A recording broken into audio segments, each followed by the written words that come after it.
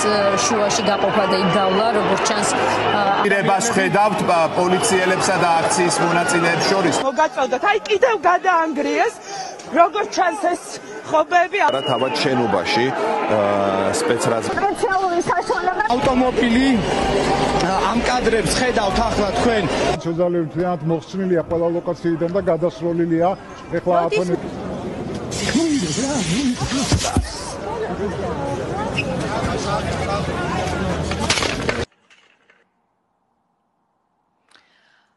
გამარჯობა. ამ საშინელი კადრების მიუხედავად, სადაც პირდაპირ ლაივ რეჟიმში უყურავთ სახელმწიფო გადატრიალების მცდელობას, სამწუხაროდ ჩვენი მეგობარი და პარტნიორი ქვეყნების წარმომადგენლების დუმან და არ აფასებენ ამ უმძიმეს მოვლენას. ამის მიუხედავად გვესმის არაერთი განცხადება ევროკომისრების, რიგი ევროკომისრებისა და ევროკავშირის უმაღლესი წარმომადგენლებისგან, რომლებიც პირიქით ამ მოვლენას მხარდაჭერას უცხადებენ.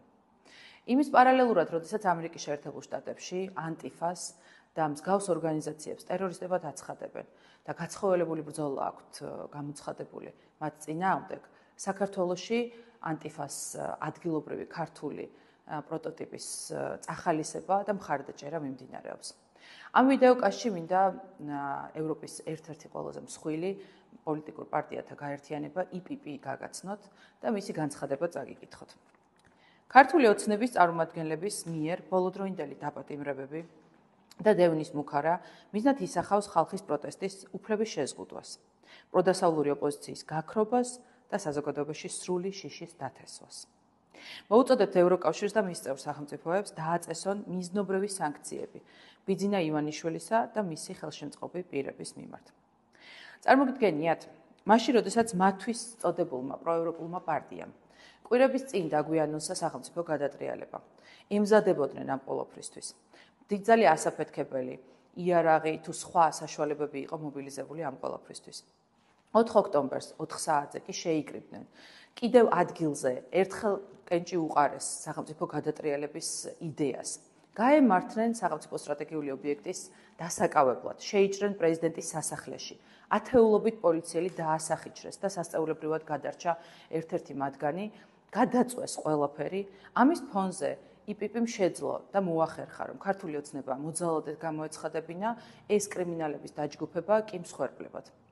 შეძლო, რომ თავის განცხადებაში ბიძინა ივანიშვილის სანქცირება მოეთხოვა, მაშინ, როდესაც თვალმათლივ უყურავდა სახელმწიფო გადატრიალების მცდელობას. როგორც ჩანს, IPP-ისთვის ხალხის მცნებაც არაერთგვაროვანია და მათთვის ის 1,5 მილიონი ადამიანი, ვინც არჩევნებზე 4 ოქტომბერს წავიდა და თავის მოქალაქეობრივი პოზიცია გამოხატა, ხალხი არ არის და მათთვის ხალხი მხოლოდ ის რამდენიმე ათეული ტერორისტია, რომელიც რუსთაველის გამზირზე ძალადობის აქტებს აწყობს და მხოლოდ ეს ადამიანები იმსახურებენ მათ მხარდაჭერას. და რას ემსახურება IPP-ის ეს განცხადება? შემთხვევით ნაციონალური მოძრაობის ხელისუფლებაში მოყვანას ხომ არა? შემთხვევით ნაციონალური მოძრაობის, ვინც ამ 4 ოქტომბრის ძალადობრივი გადატრიალების ორგანიზატორი და შემსრულებელი იყო, მათი დანაშაულიდან გამოძვრენას ხომ არ ემსახურება? შემთხვევით IPP დედაპარტია ხომ არ არის ნაციონალური მოძრაობის და IPP-ის მწვანე შუქი ხომ არ ქონდა სააკაშვილს, როდესაც ქართულ ხალხს და ქართულ დემოკრატიას სისხლში აღჭობდა. ახლა, როდესაც ყველაფერი ხელის გულზე დევს და როდესაც ყველაფერი დღესავით ნათელია, როდესაც ნათლად ჩანს, ვინ არის მოძალადე და ვინ იცავდა კანონს, IPP-ის განცხადება ფაქტობრივად საქართველოში სახელმწიფო გადატრიალების მხარდაჭერას წარმოადგენს.